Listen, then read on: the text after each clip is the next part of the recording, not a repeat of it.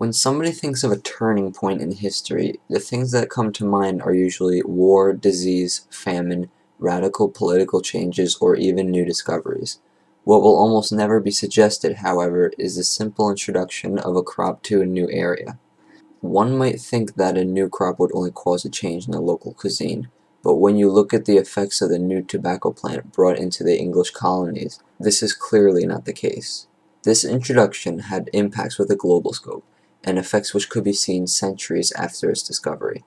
This plant, named brown gold because of its color and economic value, was one of the most momentous discoveries of the 17th century.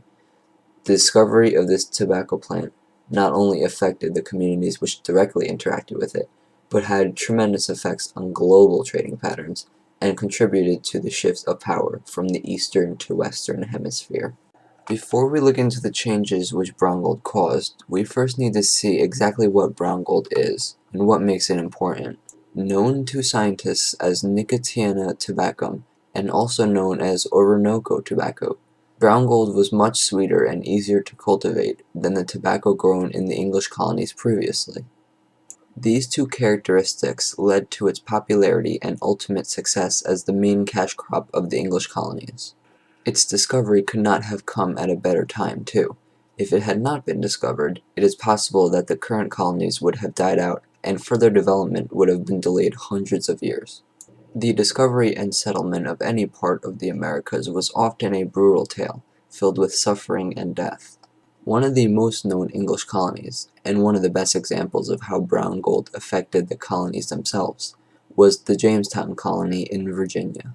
Jamestown's main function was to produce gold and other profitable resources for investors back in England. This meant that Jamestown's survival plan was to trade supplies with England and Native Americans. The colonists thought that the Americas were promising and wealthy, filled with life and resources that could keep the colonists afloat. On the contrary, the 101 men that settled and attempted to set up a place to call home were welcomed with disastrous conditions and scarce resources. Swarms of insects, tainted water supplies, Indian raids, typhus, and worst of all, a lack of gold and crops to trade for essential goods all haunted the Jamestown settlers as they attempted to survive.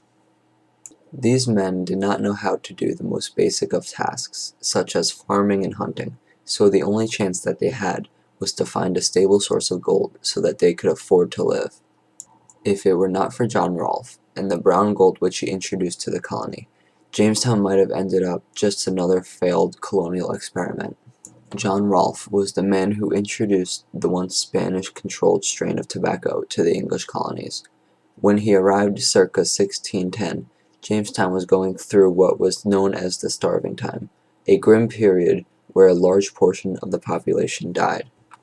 While the venture that John Rolfe arrived on was filled with people and supplies, this was not enough to ensure the survival of the Jamestown colony long term. What did, however, was the seeds which he brought. The first to cultivate the strain commercially in North America, Jamestown changed from a colony desperate for survival into a profitable venture. The crop was such a success that new plantations began to pop up all over the James River, including one owned by John Rolfe himself. While brown gold did save an entire colony from starvation and helped many more become profitable, the larger scale effects that brown gold had can only be seen if we take a step back and look at its effects on larger trade patterns, such as the triangular trade.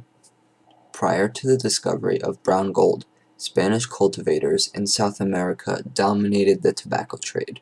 While cultivators did try to compete with these farmers in the tobacco trade, they did not get very far. Spanish farmers not only had much warmer climates, but their tobacco tasted much better and was preferred by Europeans. The Spanish knew that their tobacco was generally better, and they made it punishable by death to sell the seeds, which is actually understandable, considering the economic changes which occurred after John Rolfe obtained the seeds and spread them to the Americas. The English colonies began exporting substantial amounts of the sweet-tasting tobacco, which cut heavily into Spanish profits. Where the Spanish lost ground, England gained some, heavily taxing the new tobacco crop. England made a large amount of money from the cash crop which went back into more investments and more colonial adventures. While it was not the only factor, brown gold was a main reason for the growth of the British Empire, and in turn depleting the power of Spain. Although it shifted the balance of power in an entire continent, the effects of brown gold can be seen on an even grander scale. Taking one more step back, we can see how the increased interest of European powers in American colonies because of the brown gold ultimately led to decreased interest in the Eastern Hemisphere, and how a global shift in power resulted from this. Keep in mind that the discovery of the American colonies was accidental. Europeans were interested in finding a route to the Far East because of the profits that could be made from the lucrative spice trade. Searches for new routes to the Far East began as early as the 13th century with Italian explorer Marco Polo, and continued for hundreds of years. When it was discovered that there were actually two huge continents in between Europe and the Far East, Europeans probably cursed the barren landmass for getting in between them and the profits. In the same decade which Christopher Columbus had discovered the Americas, Henry VII of England sent John Cabot across the Atlantic in search of a new route to China. In fact, many expeditions from Europe to the Americas were in search of a mythical northwestern passage to China because of the very profitable spice trade there.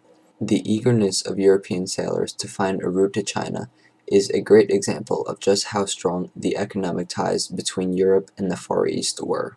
With the discovery of brown gold, Europe saw another place where they could profit besides China, and trade with the English and later American colonies increased significantly.